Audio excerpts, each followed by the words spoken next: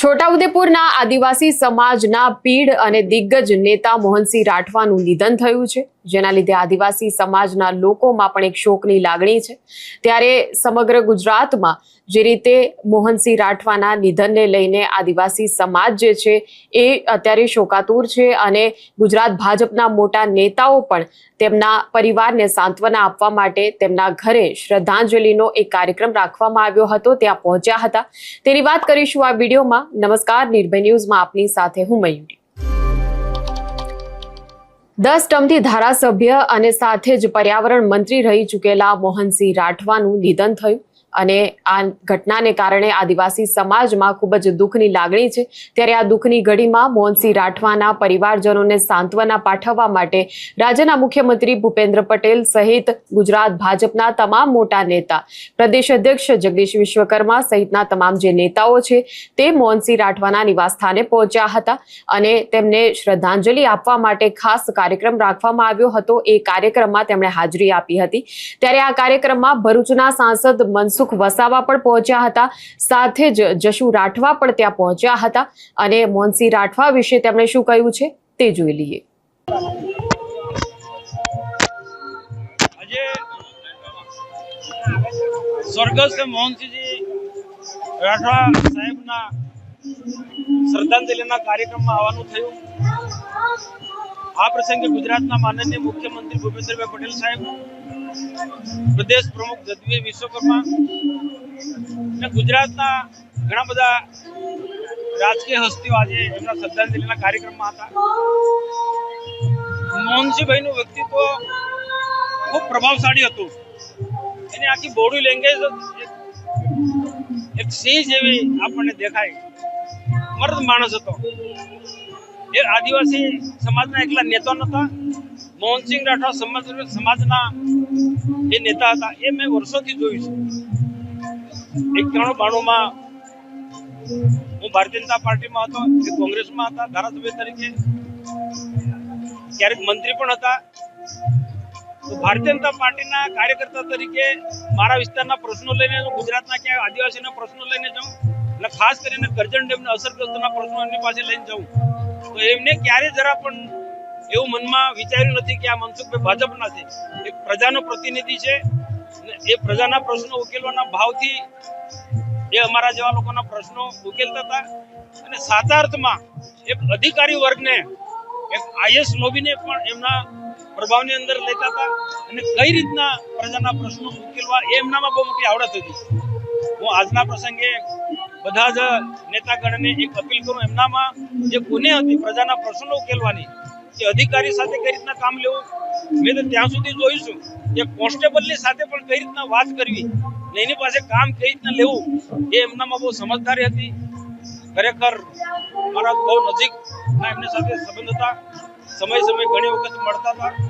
મારા કાર્યમાં મારી વાતને હંમેશા તેઓ સમર્થન કરતા હતા। જે પ્રજાના પ્રશ્નો લઈને હું ચાલુ છું એમાં મને કહેતા કે મનસુખભાઈ તમે આગળ વધો, બહુ સારી વાત છે અને રાજનેતા આવા હોવા જોઈએ। આજે મોહનસિંહભાઈ આજે નથી, એમના પરિવારને ખૂબ મોટી પડી છે, સમાજને પણ બહુ મોટી ખોટ પડી છે, છોટાઉદેપુર જિલ્લાને, વડોદરા જિલ્લાને પણ બહુ મોટી ખોટ પડી છે। પરમાત્માને એ જ પ્રાર્થના કરું કે એમનું કાર્ય આગળ ધપાવવા માટે, જિલ્લા છોટાઉદેપુર કે વડોદરા એમના કાર્ય આગળ ધપાવવા માટે બધા જ લોકો ને પરમાત્મા એવી શક્તિ આપે। ખૂબ મોટું સામ્રાજ્ય એમને ઊભું કર્યું છે। એ સામ્રાજ્ય એ બની રહે નિરંતર, એમને એના કાર્યમાં ઉત્તરોત્તર પ્રગતિ થતી રહે, એના પરિવારને ભગવાન એવી શક્તિ આપે। જેમણે પોતાનું જીવન લોકસેવા માટે સમર્પિત કરી દીધું એવા આદિવાસીઓના મસીહા સ્વર્ગસ્થ મોહનસિંહ રાઠવા સાહેબ જે આપણી વચ્ચે રહ્યા નથી, એમને આજે શ્રદ્ધાંજલિ આપવા માટે ગુજરાતના માન્ય મુખ્યમંત્રી શ્રી ભૂપેન્દ્રભાઈ પટેલ, ભારતીય જનતા પાર્ટીના યશસ્વી અધ્યક્ષ આદરણીય જગદીશભાઈ વિશ્વકર્મા તથા આદિવાસી નેતાઓ ઉપસ્થિત રહ્યા અને આ વિસ્તારની અંદર લોકોએ એમને શ્રદ્ધા સુમન અર્પણ કર્યા। તે નિમિત્તે હું પણ ઈશ્વરને પ્રાર્થના કરું કે આદરણીય સ્વર્ગસ્થ મોહનસિંહ રાઠવા જે એમની આત્માને પરમ કૃપાળુ પરમેશ્વર એમના ચરણોમાં રાખે।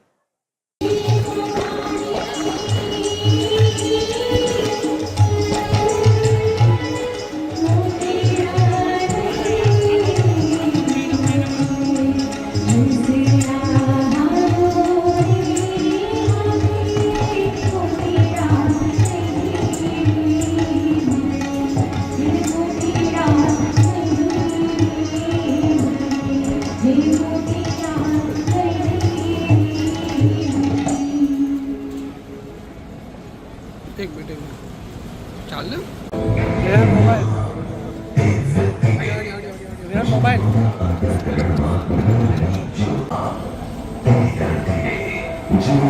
અહીંથી દાદર ચડશે દાદર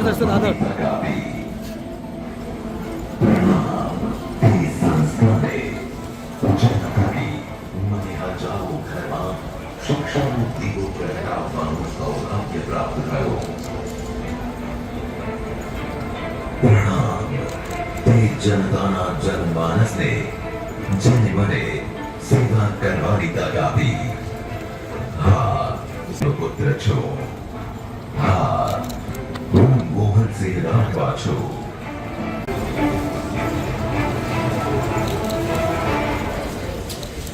પ્રણામ તેરી ચરણની સેવા કરવાની તક આપી હું મોહનસિંહ રાઠવા એપ્રિલ 1944 રોજ બાર ગામના એક ગરીબ ખેડૂત પરિવારમાં થયો બહુ પાછળ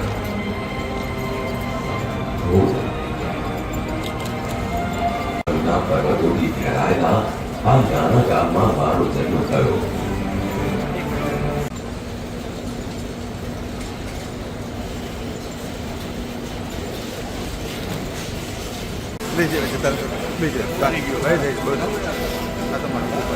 એક ધારાસભ્ય છું પણ આજની યુવા પેઢીને નહીં ખબર હોય મારી જિંદગીની સફાઈ પણ તેઓ શિક્ષણનું મહત્વ સમજતા હતા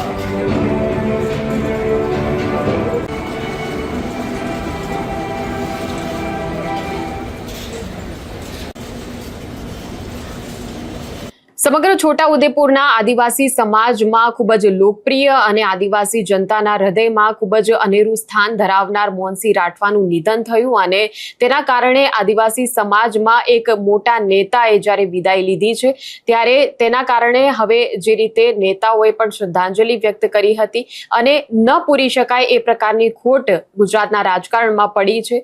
આદિવાસી સમાજના પ્રશ્નો માટે મોહનસિંહ રાઠવા જે છે તેમણે ઘણા જ કાર્યો કર્યા છે. તેમના કાર્યકાળ દરમિયાન આદિવાસી સમાજને લાભ મળે તમામ યોજનાઓનો તેના માટે પણ તેમણે કાર્ય કર્યું અને આદિવાસી સમાજના ઉત્થાન માટે સતત તેમણે કાર્ય કર્યું છે.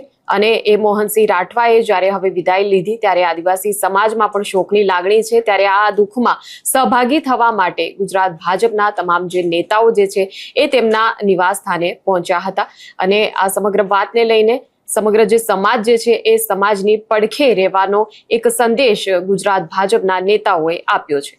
ત્યારે આ મુદ્દે તમારું શું કહેવું છે તે કમેન્ટ સેક્શનમાં અમને જણાવશો. આ પ્રકારના વિડીયો માટે આપ જોતા રહો નિર્ભય ન્યૂઝ. અમારી ચેનલને લાઇક, શેર અને સબસ્ક્રાઇબ કરવાનું ભૂલશો નહીં. નમસ્કાર.